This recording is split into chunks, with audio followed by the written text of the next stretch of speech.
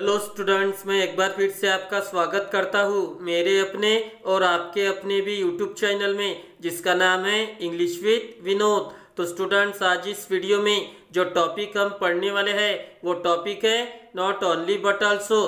तो जैसा कि मैंने आपको बताया है, नॉट ओनली बट ऑल्सो इस टॉपिक में 5 पार्ट पर क्वेश्चन पूछे जाते हैं। तो 2 हमारे पढ़ के हुए हैं। पहला था 2 डिफरेंट सब्जेक्ट और दूसरा था 2 डिफरेंट वर्ब। तो आज इस वीडियो में हम इसका तीसरा पार्ट पढ़ने वाले हैं, जो कि है 2 डिफरेंट ऑब्जेक्ट। ओके, तो चलिए वीडियो को स्टार्ट करते हैं और देखते हैं कि 2 ऑब्जेक्ट के पहले नॉट ओनली बट ऑल्सो किस तरह लगाया जाता है। ओके स्टूडेंट्स, एग्जाम्पल देने से पहले मैं एक बात आपको यहाँ पर बता दूं, जो बात मैंने आपको पहले 2 पार्ट में भी बताई थी।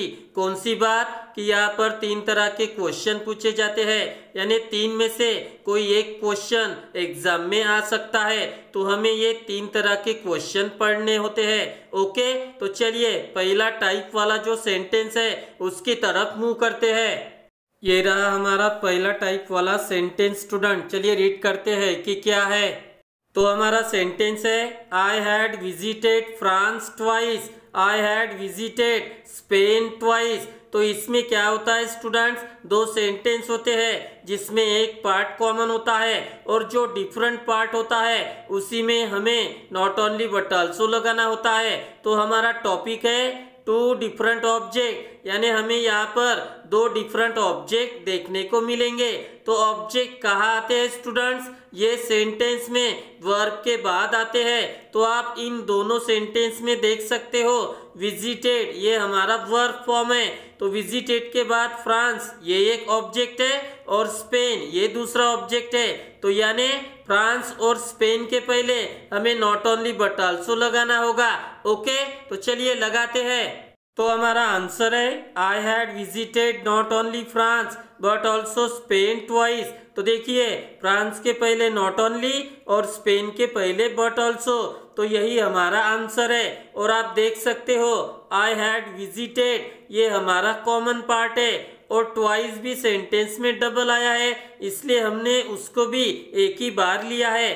तो ये मैं आपको रूल्स में बता चुका हूँ, जो पहले 2 पार्ट बताए थे उसमें। ओके, तो आपको आंसर इस तरह करना होगा अगर ये पहला टाइप वाला सेंटेंस आता है तो। ओके, चलिए अभी दूसरा टाइप वाला सेंटेंस देखते हैं। ये रहा हमारा दूसरा टाइप वाला सेंटेंस। स्टूडेंट, चलिए रीड करते हैं कि क्या है। तो हमारा सेंटेंस है, I had visited France and Spain twice. तो देखिए स्टूडेंट्स, ये जो सेंटेंस है ये एंड वाला सेंटेंस है। तो मैंने पहले 2 पार्ट में भी बताया था, अगर एंड वाला सेंटेंस आता है तो एंड के पहले एक आता है और एंड के बाद दूसरा। तो आप यहाँ पर देख सकते हो, ये देखिए एंड के पहले फ्रांस ये पहला ऑब्जेक्ट है और एंड के बाद दूसरा स्पेन। तो अगर एंड वाला सेंटेंस है तो एंड ही हमारा बट ऑल्सो हो जाता है, क्योंकि एंड हमें रिमूव करना होता है। ओके, तो हमें सिर्फ नॉट ओनली ही लगाना है। तो ये देखिए, ये रहा आपका आंसर। तो क्या है answer? I had visited not only France but also Spain twice. तो देखिए, फ्रांस के पहले नॉट ओनली और स्पेन के पहले बट ऑल्सो, मतलब एंड की जगह ही हमें बट ऑल्सो लिखना होता है। तो हमें सिर्फ नॉट ओनली ही कहाँ आता है यही आइडेंटिफाई करना होता है। ओके, तो अगर एंड वाला सेंटेंस होता है तो आपको आंसर इस तरह लिखना है। चलिए अभी तीसरे टाइप वाला जो सेंटेंस है उसकी तरफ मूव करते हैं। ये रहा हमारा तीसरा टाइप वाला सेंटेंस। स्टूडेंट, चलिए रीड करते हैं कि क्या है। I had visited France as well as Spain twice. तो ये एज वेल एज वाला सेंटेंस होता है स्टूडेंट्स। एज वेल एज ये सेंटेंस एंड के सेंटेंस की तरह ही होता है, जैसे एंड के पहले एक ऑब्जेक्ट आता है और एंड के बाद दूसरा, उसी तरह एज वेल एज के पहले पहला ऑब्जेक्ट आता है और एज वेल एज के बाद दूसरा। तो आप यहाँ पर देख सकते हो। तो चलिए अभी इसका आंसर देखते हैं। आई had visited not only France but also Spain twice.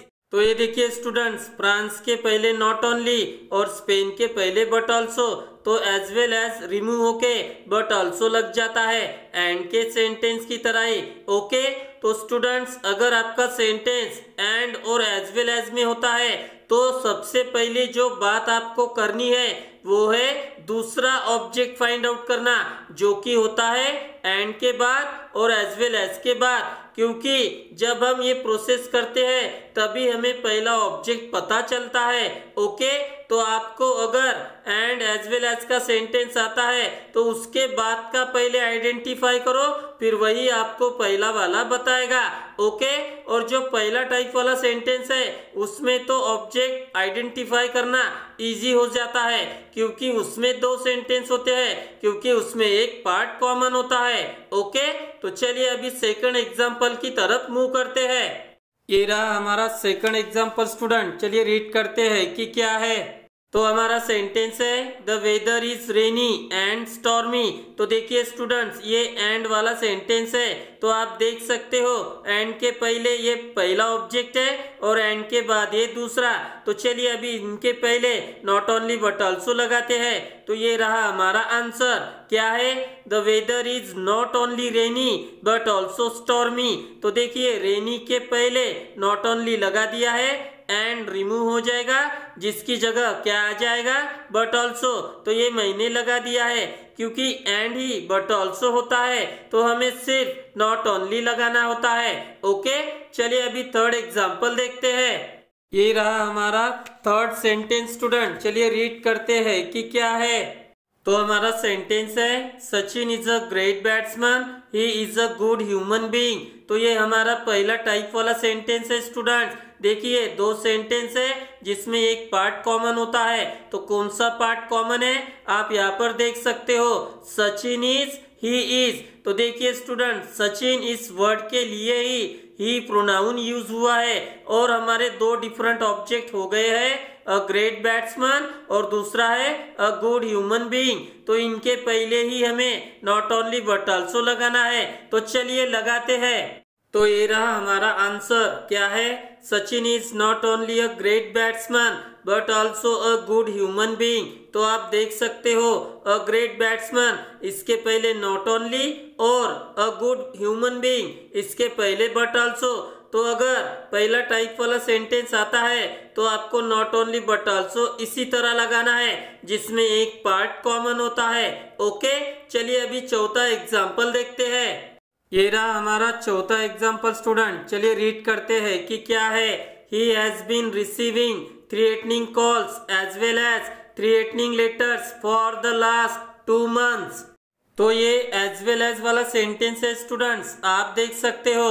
तो देखिए एज वेल एज के बाद थ्रेटनिंग लेटर्स, ये हमारा दूसरा ऑब्जेक्ट है, तो इसी से मिलता जुलता ऑब्जेक्ट हमारा पहला होगा। तो देखिए आप देख सकते हो एज वेल एज के पहले थ्रेटनिंग कॉल्स है, तो दो ऑब्जेक्ट हमारे हो गए हैं, यानी हमें मिल गए हैं। कौन से, थ्रेटनिंग कॉल्स, थ्रेटनिंग लेटर्स। और आप देख सकते हो रिसीविंग ये वर्ब फॉर्म है, तो वर्ब के बाद ही ऑब्जेक्ट आता है। ओके, तो चलिए इन दोनों के पहले अभी नॉट ओनली बट ऑल्सो लगाते हैं। तो हमारा आंसर है he has been receiving not only threatening calls but also threatening letters for the last 2 months। तो आप देख सकते हो थ्रेटनिंग कॉल्स के पहले नॉट ओनली लगा दिया है और थ्रेटनिंग लेटर्स के पहले बट ऑल्सो। तो एज वेल एज तो रिमूव हो ही जाएगा, क्योंकि उसकी जगह हम लिखते हैं बट ऑल्सो, तो आपको नॉट ओनली ही अच्छे से लगाना होता है। ओके, चलिए अभी पांचवा एग्जाम्पल देखते हैं। ये रहा हमारा पांचवा एग्जाम्पल स्टूडेंट, चलिए रीड करते हैं कि क्या है। They have invited Vijay and his family to their anniversary. तो ये एंड वाला सेंटेंस है स्टूडेंट्स, आप देख सकते हो। तो एंड के पहले पहला ऑब्जेक्ट और एंड के बाद दूसरा, तो एंड के बाद दूसरा ऑब्जेक्ट तो हमें मिल गया है हिज फैमिली। तो पहला ऑब्जेक्ट कौन सा हो जाएगा, विजय, क्योंकि इनवाइटेड ये तो वर्ब फॉर्म है और वर्ब फॉर्म के बाद ही ऑब्जेक्ट फॉर्म आती है। तो दो ऑब्जेक्ट हमारे मिल गए हैं, पहला है विजय, दूसरा है हिज फैमिली। तो चलिए इनके पहले नॉट ओनली बट ऑल्सो लगाते हैं। तो हमारा आंसर है they have invited not only Vijay but also his family to their anniversary. तो आप देख सकते हो विजय के पहले नॉट ओनली और हिज फैमिली के पहले बट ऑल्सो, तो एंड तो रिमूव हो ही जाता है, उसकी जगह आता है बट ऑल्सो। तो हमें सिर्फ नॉट ओनली ही लगाना होता है। ओके, चलिए अभी आखिरी एग्जाम्पल की तरफ मूव करते हैं। ये रहा हमारा आखिरी एग्जाम्पल स्टूडेंट। चलिए रीड करते हैं कि क्या है। तो हमारा सेंटेंस है Riddhi is funny, she is rude too. तो ये हमारा पहला टाइप वाला सेंटेंस है। आप देख सकते हो इसमें दो सेंटेंस है जिसमें एक पार्ट कॉमन है। तो कौन सा पार्ट कॉमन है? रिद्धि इज, शी इज, क्योंकि शी ये प्रोनाउन रिद्धि के लिए ही यूज हुआ है। तो हमारे दो डिफरेंट ऑब्जेक्ट कौन से हो गए हैं? फनी और रूड। तो चलिए इनके पहले नॉट ओनली बट ऑल्सो लगाते हैं। तो हमारा आंसर है Riddhi is not only funny but also rude. तो आप देख सकते हो फनी के पहले नॉट ओनली लगा दिया है और रूड के पहले बट ऑल्सो, और टू ये वर्ड सेंटेंस में से रिमूव हो जाता है। ये मैंने आपको रूल्स में बताया है। ओके, तो अगर पहला टाइप वाला सेंटेंस आता है तो इसमें एक पार्ट कॉमन होता है, तो दो डिफरेंट ऑब्जेक्ट पहचानना ये इजी हो जाता है। ओके, तो स्टूडेंट्स आज हमने टू डिफरेंट ऑब्जेक्ट ये पार्ट पढ़ा। तो मैं आशा करता हूँ कि आपको आज की ये वीडियो पसंद आई होगी। अगर आई हो तो प्लीज़ लाइक, कमेंट, शेयर और मेरे चैनल को सब्सक्राइब जरूर करें मेरे आने वाले वीडियो को देखने के लिए। Okay, thank you very much.